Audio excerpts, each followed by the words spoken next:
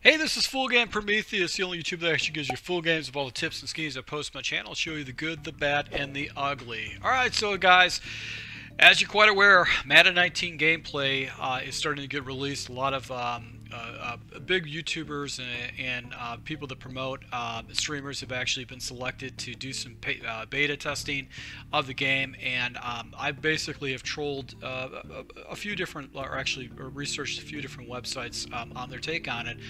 And once again, it's a work in progress. The feedback we got is that this beta is just, they're still working on some issues with it, working on some bugs. So it's not going to be exactly the way the gameplay is going to be for Madden 19. But the reason I actually posted this video is, once again, I wanted to show you, or actually point out, basically 6 different things that you're going to have to be very conscious of going into Madden 19. And if you can get these mechanics out of your system in Madden 18, you're going to be very good. I'm choosing Eric Rayweather as a channel to actually show some highlights.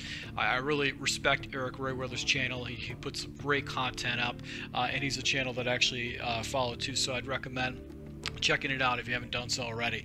So let's talk about 6 things that you need to start really understanding right away, and you can start practicing in Madden 18 to be able to take your game into Madden 19 and have a seamless effort into it. First and foremost, one of the things that was talked about some of the reviews is that the running is completely different, primarily for people that actually hold the turbo button. Now, I'm going to let you know that I am one of those people. I've been holding turbo button for years, and it basically doesn't allow you to go ahead and get holes or actually get past the line of scrimmage with the runs. So if you are somebody that uses turbo a lot when you run, I would recommend just pulling it out of your game altogether.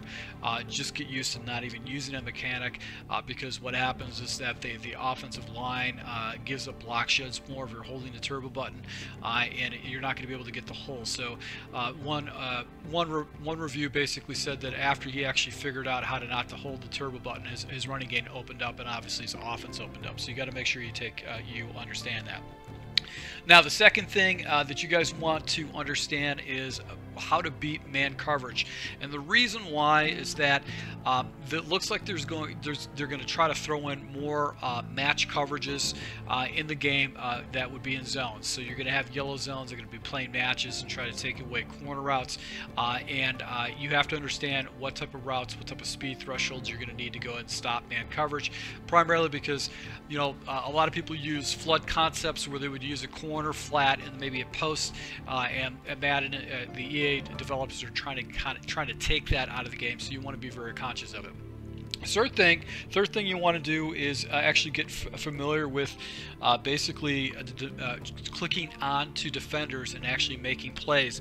Your defenders will actually react a little bit better, so if you don't click onto your defenders right away, you probably need to start getting used to that mechanic. So these are things that you can practice right now in Madden 18, going ahead and clicking onto the defender and trying to make a play as you click on a defender and control them, because you're going to make more plays in the game.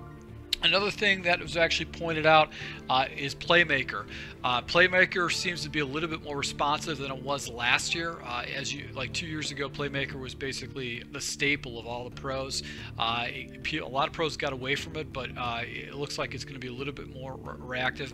And based on some of the man coverages, it's going to be one of the things necessary to go ahead and beat a lot of these match coverages and zone coverages moving forward.